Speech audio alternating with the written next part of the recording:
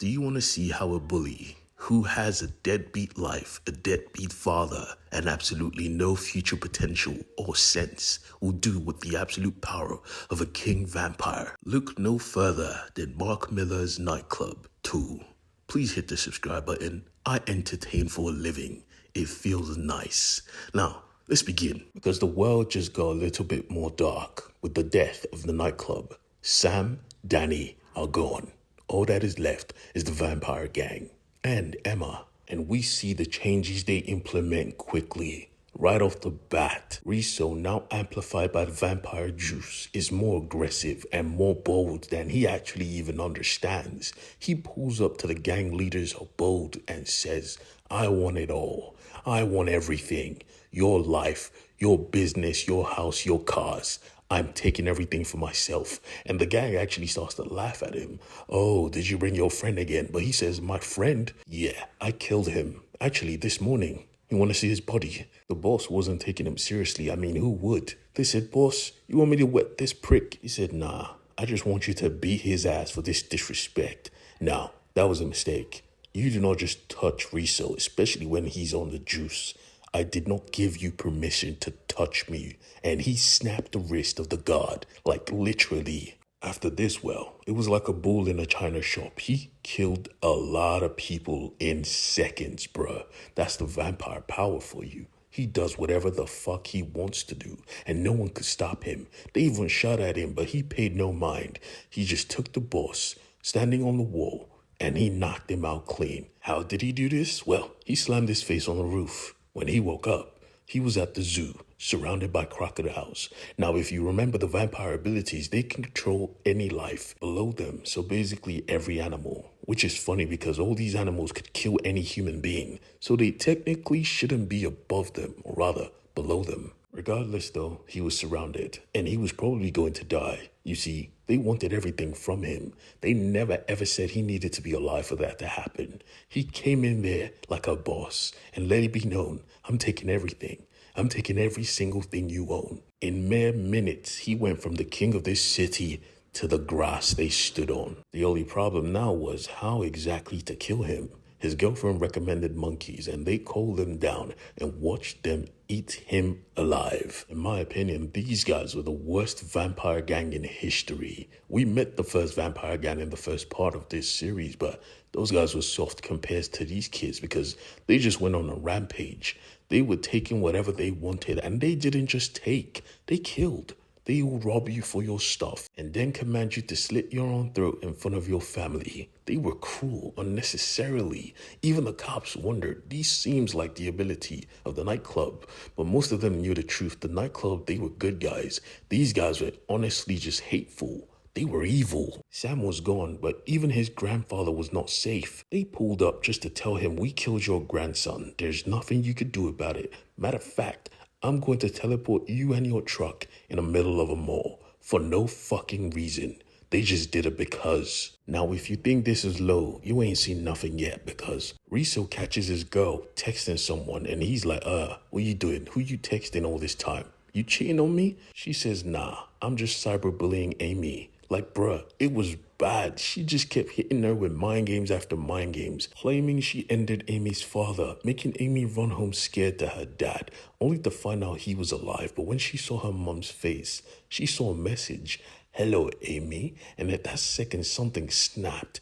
She needed revenge. She needed blood. They took my friends. Now they fucking with my family. I am going to kill them. But I need help.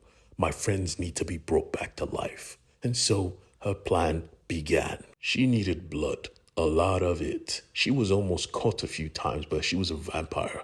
They needed no permission. They lived in the day and age of technology. She had a lot of research to call upon, but she couldn't find a way to bring them back. So she just tried what she saw in the movies. Fill a bat full of blood and let them soak what remained, specifically the bones of Sam and the corpse of Danny. And she prayed to high heaven they come back. And honestly, a few days passed and they did. She could actively hear them absorbing the blood and their hearts starting to beat. They drank a lot of freaking blood. She had to continue stealing. And one day, Danny just woke up. Literally. Homeboy was completely fucked up. Jesus Christ, what the hell? What the hell, where am I? Until he saw her and he calmed down, then remembered what happened. He died. My brother freaking died. There was no two ways about it.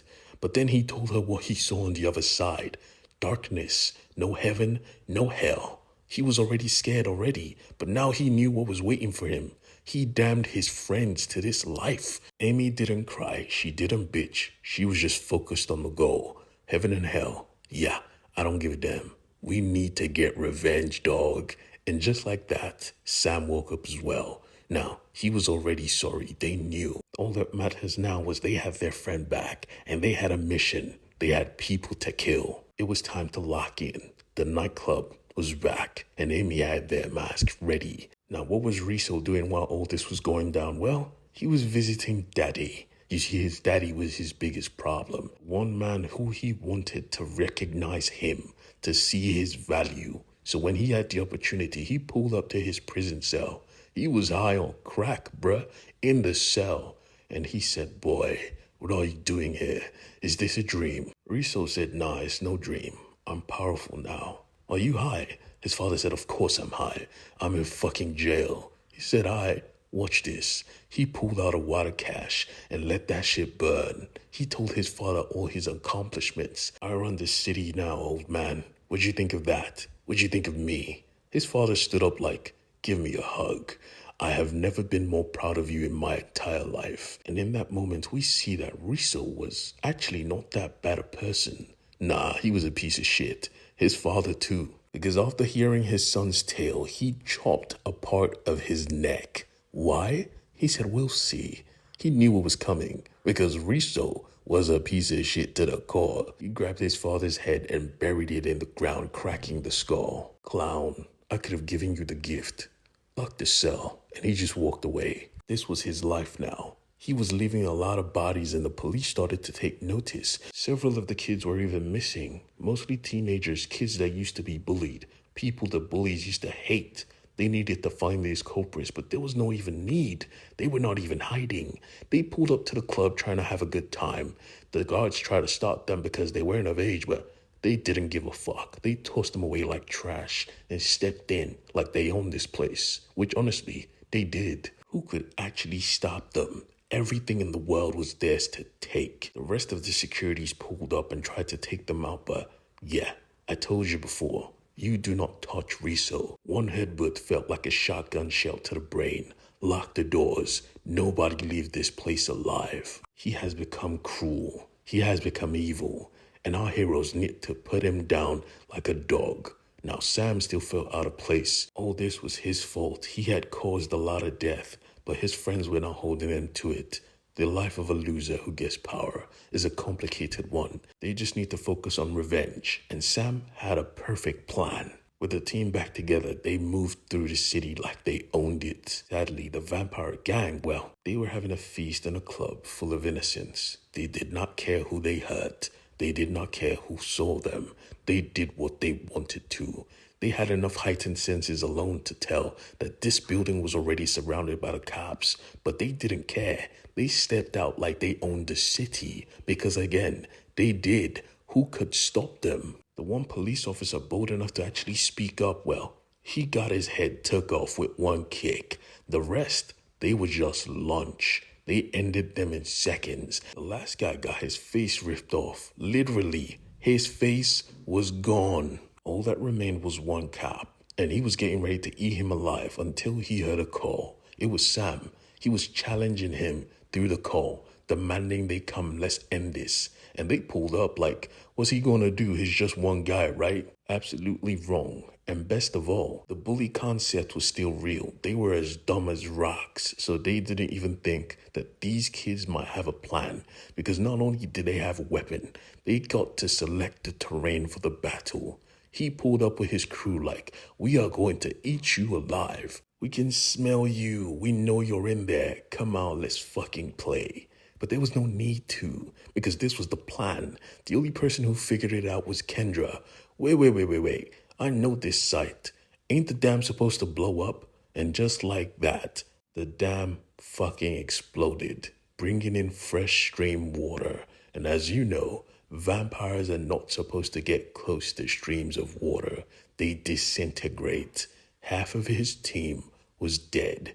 The ones who remained were weakened as shit. Now, if it was up to me, this would not be my revenge. They got off too easy. They got off quickly. The ones who were going to suffer were supposed to be Kendra and Riso. Thankfully, Riso survived the flood. Now, it was time to be cut 1,000 times. Danny and Sam tore him apart, while Amy just went and just started dropping everyone else who could be alive. She was not giving it up to chance, not one bit. Cut after cut, he took it all. He took it all without remorse. Matter of fact, he said, "Come, I will take two of you at the same time, you fucking weaklings." But yeah, there was no competition, no conversation. It was just death. Quick, raw, brutal, instant death. That's more than what he deserves, but I'll take it.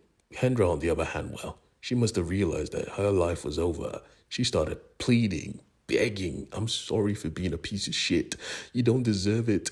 Amy, I'm sorry for messing with your family." But Amy made her a promise. She took off her mask so Kendra could see her face and know this death was owed, as an elephant just stomps her to death. They looked at Amy like Jesus, but she was like, she deserved it. And honestly, she really did. The weeks that followed, they tried to get the city back together, and they did their best. They helped with construction as well. Sam, trying to apologize for messing up in such a big way, got the clubhouse fixed, but there was no need. He was their best friend, apartment, clubhouse or not. So the vibes were immaculate. They were back. And honestly, they were happy everyone believed the story they came up with. But the truth is, the police knew the truth.